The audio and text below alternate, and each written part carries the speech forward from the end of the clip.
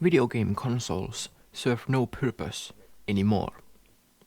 There was a time in the 1980s and 1990s and perhaps even beyond, maybe even in the 70s, who knows, when consoles had an actual advantage to them over using a desktop computer. Back then, in the 80s and 90s, the desktop computers would have been really weak. They couldn't display fancy graphics and output all kinds of audios necessarily. There might have been an advantage to using a console, because a console comes with dedicated hardware for making graphics.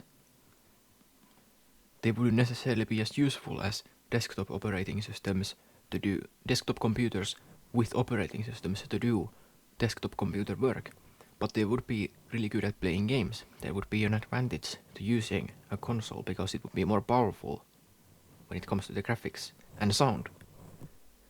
But around the 2000s, as far as I'm aware, that started to change, and the hardware of desktop computers came to very much be as good and then eventually even better than consoles. So by the 2010s, desktop computer hardware would have already long since surpassed consoles. So then, the advantage that might have once existed in the use of consoles is long since gone now. So then the question is, why do people keep using consoles? And what is the appeal in consoles? Perhaps it is because the consoles have a very simple design in that they can only play games, so idiots of the world are attracted to that simplicity. It is easy and convenient to use because it doesn't have any desktop computer difficulties. It just has a GUI where you can select the game and play. That might be the reason, but unfortunately that is actually a very bad thing, because basically now you are just buying a computer, because that's what consoles really are. They are still computers. They are just a very specific kind of computer that once in the past had an advantage over desktop computers, but no longer do. Now they are just inferior desktop computers almost, by comparison. So, someone buys a console, it's basically just a weak computer, which comes with a very limited set of games. Because the operating system, what's so attractive about it to the general population is that, as far as I'm aware anyway, it's really easy to use and all that, but that's a bad thing because, well, not the ease of use specifically, but the reason why it's easy to use. Because it doesn't allow the people to do anything with the device. It's basically a console today is, like I said, it's just an inferior desktop computer almost. By hardware, looking at the hardware, and even the operating system on some deep technical level, it's basically the same. I mean, the PlayStation runs a form of BSD, and Xbox systems have been running Windows since the beginning, or a modified version of Windows. So basically, the consoles of today are very different from what consoles of the past were. Where in the past the consoles were physically incapable of doing desktop computer work, because that wasn't what they were designed for. But these days they basically are just desktop computers. But even at that, the regular desktop computers, which are not consoles, have surpassed the consoles, the modern consoles, in performance. So basically, we are just left in this very strange situation where the consoles are just inferior computers. So if you have the choice to buy a desktop computer or a console, then the desktop computer is more powerful, at least like potentially. There are also weak desktop computers, But if we are looking at the top quality available, then the desktop are more powerful, and the desktop also comes with the ability to install an operating system which actually lets the user do whatever they want. Whereas those consoles, they come with those operating systems which are very restricted. On a technical level, there is nothing about the hardware that restricts the user to only play those specific games made for that console. It's the operating system that does those limits. So, if it wasn't for such restrictiveness in the operating system, then the people could just do any kind of computing on those devices.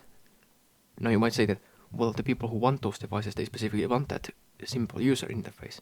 They want that limitation. And this works as a great segue to my next, the next subject of this speech. Valve's SteamDeck.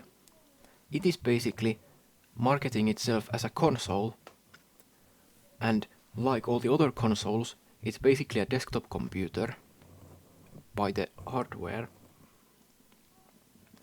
But this time it has an operating system which allows the user to go into a desktop operating system mode. So the operating system starts up in that simple, easy to use GUI that the consoles are attractive for to those people who like that sort of thing. But there is an option.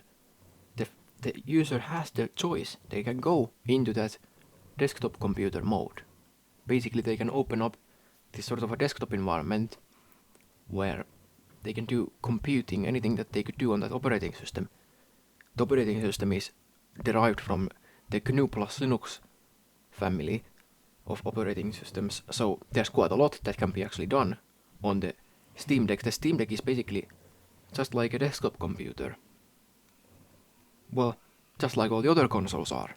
The only difference between a SteamDeck and the other consoles is that the operating system is less limiting. Where on those other consoles like the PlayStations and all that, the PlayStations, they restrict what the users can do. The PlayStation does not come with a desktop mode. On the PlayStation you are forever stuck in that easy to use simple mode, where you can only play those PlayStation games and all that. But the Steam Deck allows you to enter that desktop mode, where you can do anything that you could do on a desktop computer. So anything that you could do on a regular GNU plus Linux installation, you can do that on the Steam Deck, basically. Because it's the exact same, it's the same operating system.